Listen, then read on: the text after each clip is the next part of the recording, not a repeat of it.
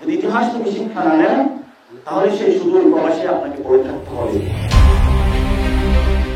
ইতিহাস থেকে শিক্ষা না নিলে বিদেশে অনলাইনে পড়ে থাকতে হবে। 16 আগস্ট রাজধানীর বাংলা মোটরে জুলাই সনদ বাস্তবায়নে গণপরিষদ নির্বাচন শীর্ষক এক আলোচনা সভায় এসব কথা বলেন এনসিপির মুখ্য সমন্বয়ক নাসির উদ্দিন পাটোয়ারী।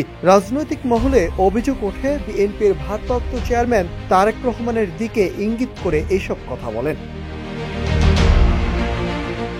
নাসির উদ্দিন পাটোয়ারী তার বক্তব্যে বলেন, আপনাকে অবশ্যই দেশে আসতে হবে, অনলাইন থেকে বের হয়ে জনগণের সামনে দাঁড়াতে হবে।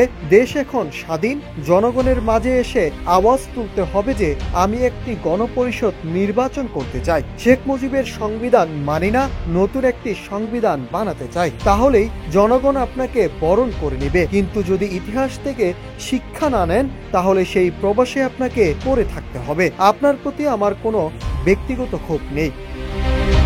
ওয়ালটন এসি এক্সচেঞ্জ অফারে এখন যে কোনো ব্র্যান্ডের পুরাতন এসি বদলে নতুন ওয়ালটন এসিতে উপভোগ করুন 25% ছাড়। Walton air conditioner, comfort without compromise. তিনি আরো বলেন, ডক্টর ইউনূস স্যার বাংলাদেশের মানুষদের ওনার চোখে পড়ে না, ওনার লন্ডনে যেতে হয়। লন্ডনে গিয়ে সিজদা দিয়েছেন, সিজদার মাধ্যমে উনি ওহির মাধ্যমে আদেশ পেয়েছেন যে বাংলাদেশে ফেব্রুয়ারিতে নির্বাচন করতে হবে, সেটা এই সংবিধানের অধীনে। আপনার সিজদা তো ঠিক হয় নাই, আপনার সিজদা দিতে হবে বাংলাদেশের জনগণের প্রতি। নতুন সংবিধান প্রণয়নের দাবি জানিয়ে নাসির উদ্দিন পাটোয়ারী বলেন, একটি রাজনৈতিক দল যখন ক্ষমতায় যায় তখন এই সংবিধানের অধীনে থেকেই জনগণের উপর যত ধরনের অত্যাচার করা সম্ভব তা চালায়। কিন্তু যখন জনগণ সংগ্রাম শুরু করে তখন তারা পালিয়ে যায়। যারা এই সংবিধানের অধীনে রাষ্ট্র পরিচালনা করেছে তারা শেষ পর্যন্ত বাংলাদেশ ছেড়ে পালাতে বাধ্য হয়েছে, কেউ দিল্লিতে, কেউ লন্ডনে, আবার কেউ যুক্তরাষ্ট্রে। এগুলো নতুন কিছু নয়, ইতিহাসেরই পুনরাবৃত্তি।